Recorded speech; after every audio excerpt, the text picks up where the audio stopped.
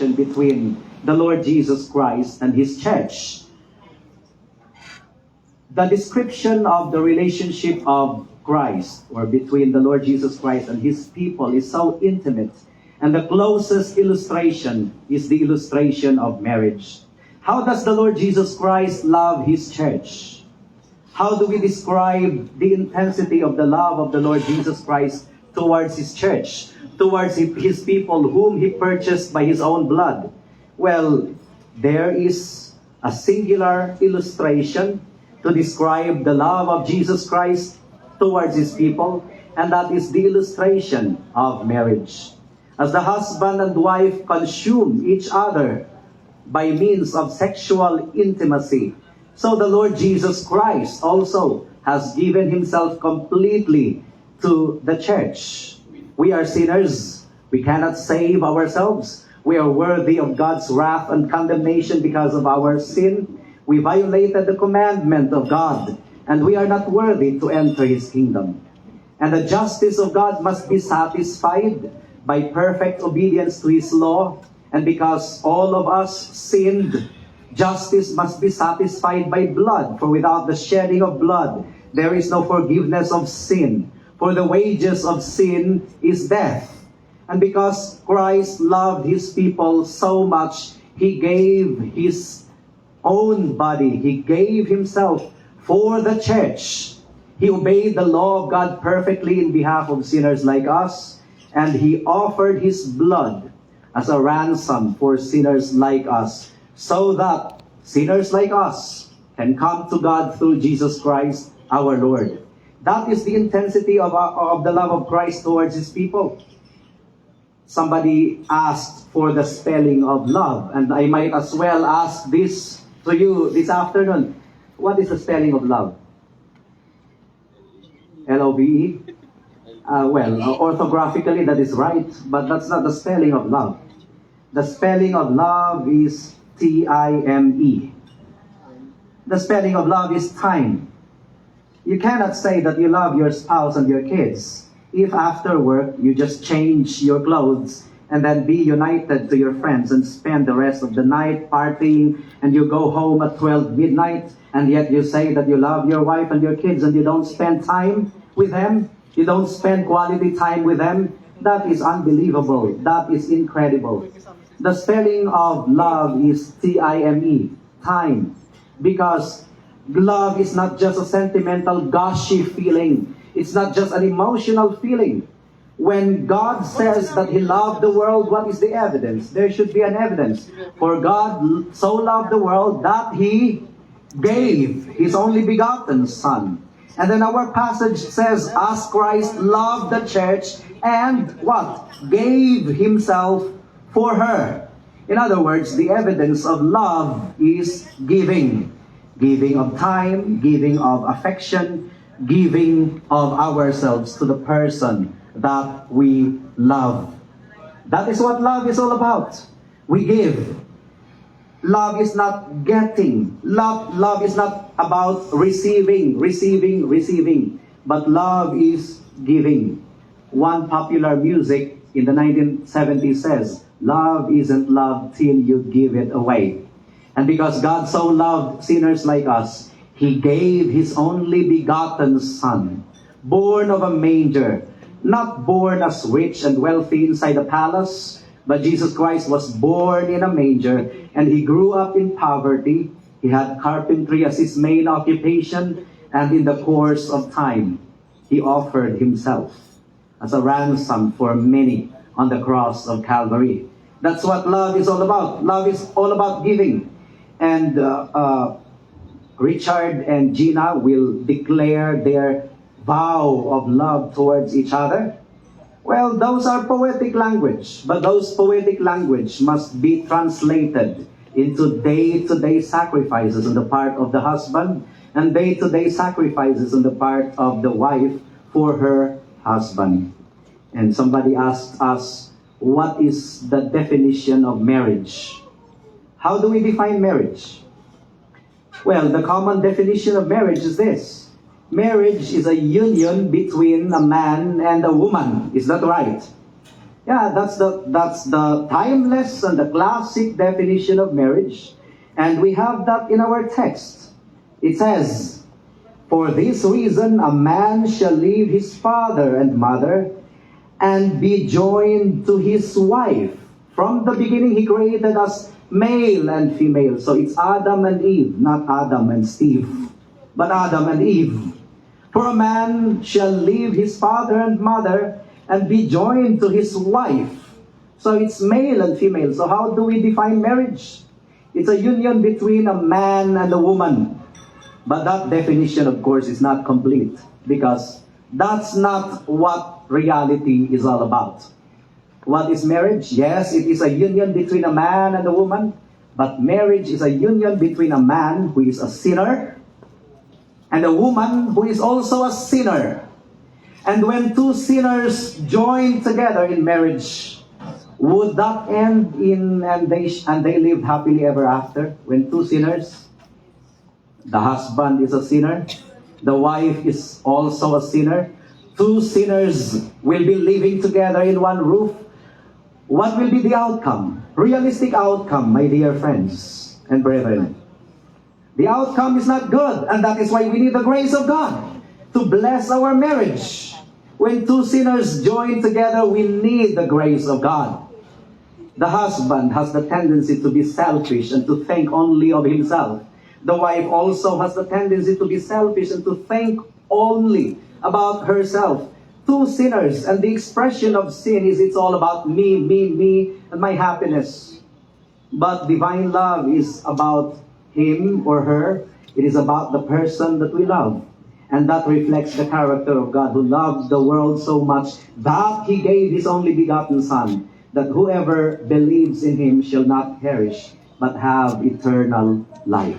So that's the definition of marriage. It is a union between a man who is a sinner and a woman who is also a sinner. Two sinners joined together in marriage. We need the grace of God for our marriages to be successful. Will you say amen to that? Amen. Nobody can say that our marriages are perfect, or our marriages are perfect rather. There's no such thing as perfect marriage. It's only found in fairy tales. But that doesn't happen in reality. There's no such thing as perfect marriage. In the first place, only our God is perfect. We are wretched sinners in the sight of God. We violate His law. And one commandment says, "You shall not bear falsehood." But we are liars. From infancy up to this moment, we tell lies. And that is why it is really impossible for us to save ourselves, because our God is holy, holy, holy. And no liar can enter the kingdom of God. One commandment says, "Honor your father and mother." But when children talk to their parents, they talk to their parents as if they're talking to people who are their level when it comes to age. There's no respect at all. That's how sinners we are in the sight of God. And for marriages to be successful, we need the grace of God. We need the Word of God to remind us all of the time. Are you convinced that men basically are forgetful people? We have the tendency to forget. That one reminder is not enough for us.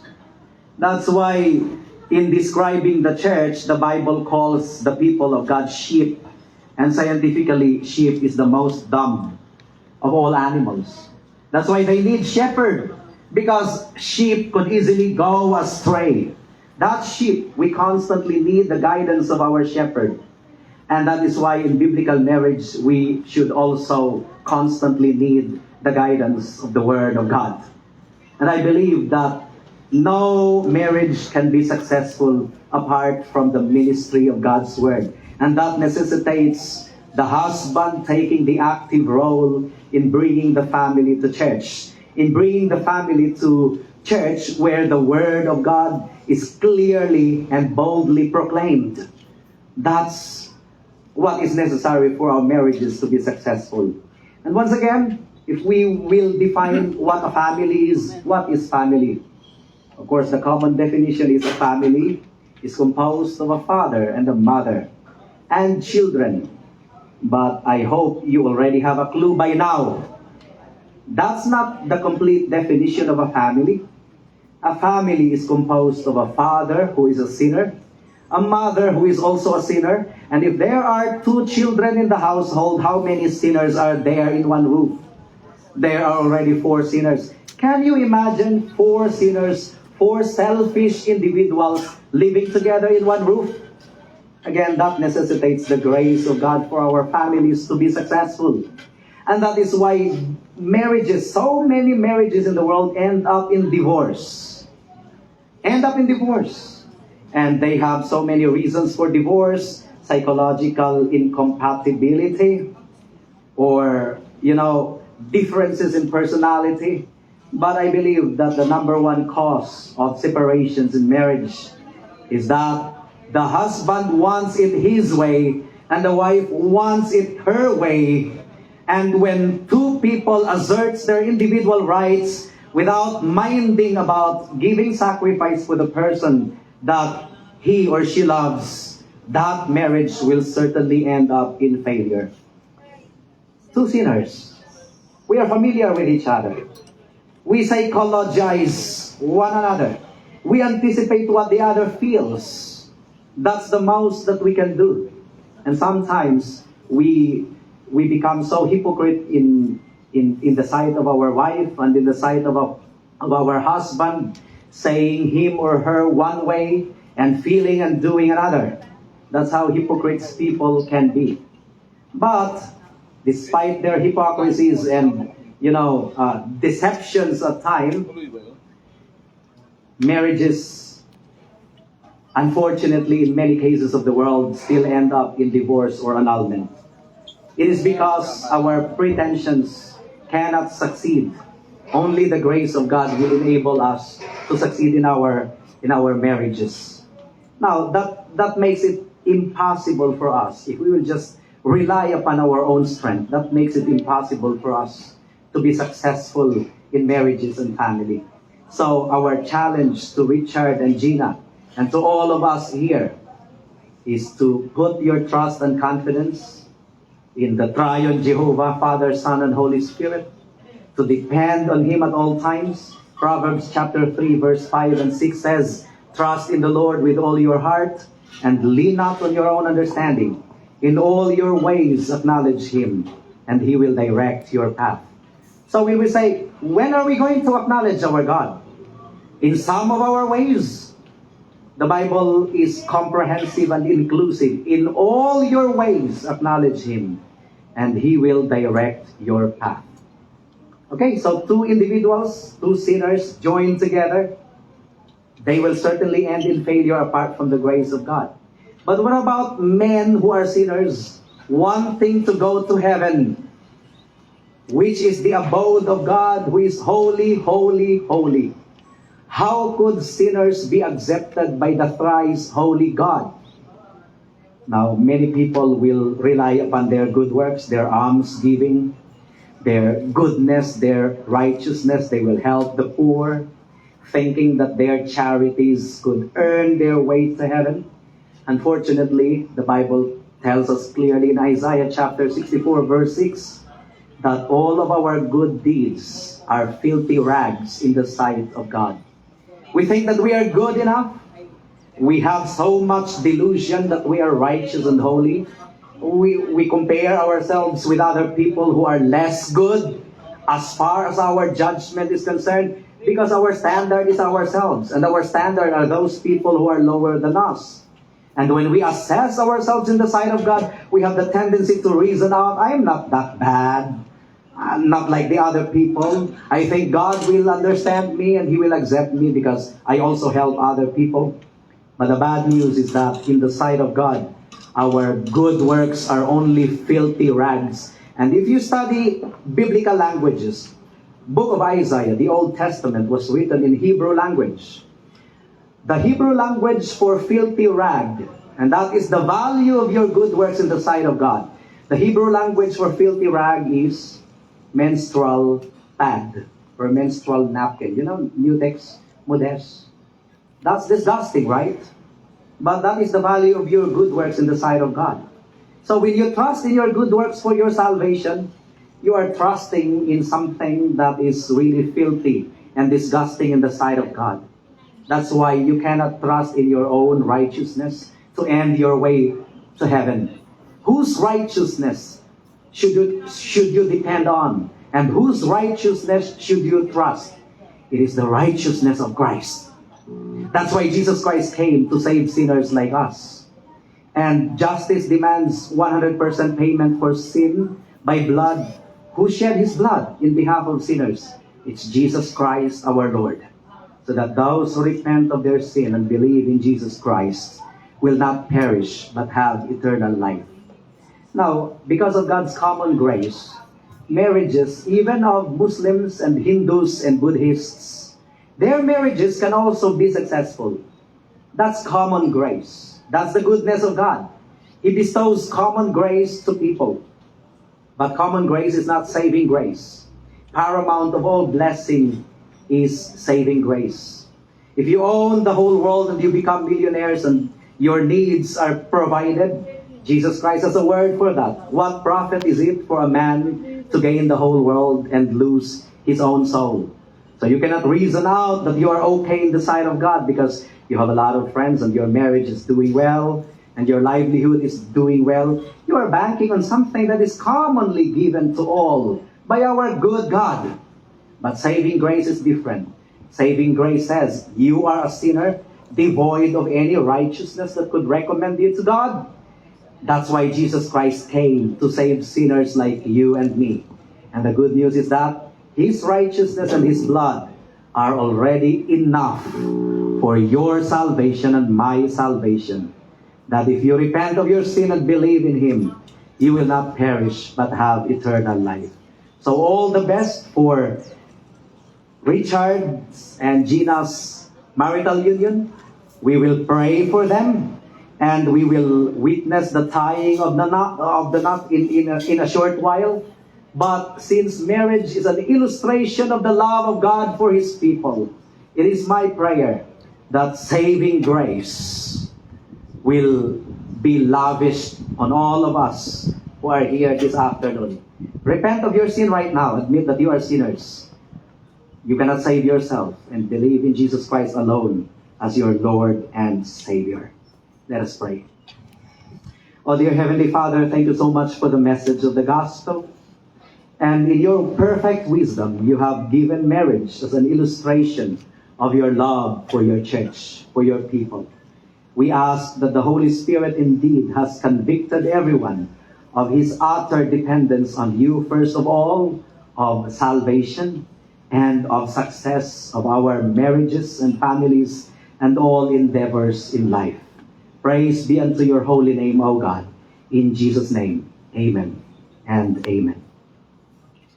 At this point, we invite Richard and Jeenah to rise, to stand up and exchange their vows. Microphone may be given to them. And the man will say his vow first to the woman, and next the woman to the man. And of course, they will be holding hands as they utter their vow.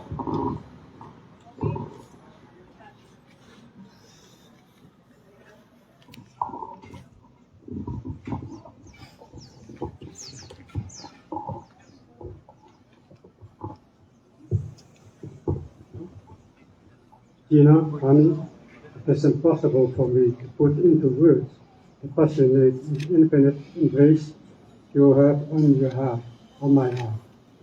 You make me a full person. Committing the rest of my life to you is actually pretty easy because without you, I am nothing. As we begin our life together in front of those who are here, close to I make the following vows. I vow to wake up every morning and thank God that He gave me you, my perfect woman. And I vow to be your steady rock in turbulent times. I vow to put your needs before my own. I vow to be the man that you inspire me to be, and the man that you deserve. Finally, I vow to spend every day I have left on this earth showering you with the zealous love and a faithful commitment. A love that many waters cannot quench, a love that floods and cannot grow. And let God guide us to our future life. The woman to the man. Richard, you are the God's greatest surprise.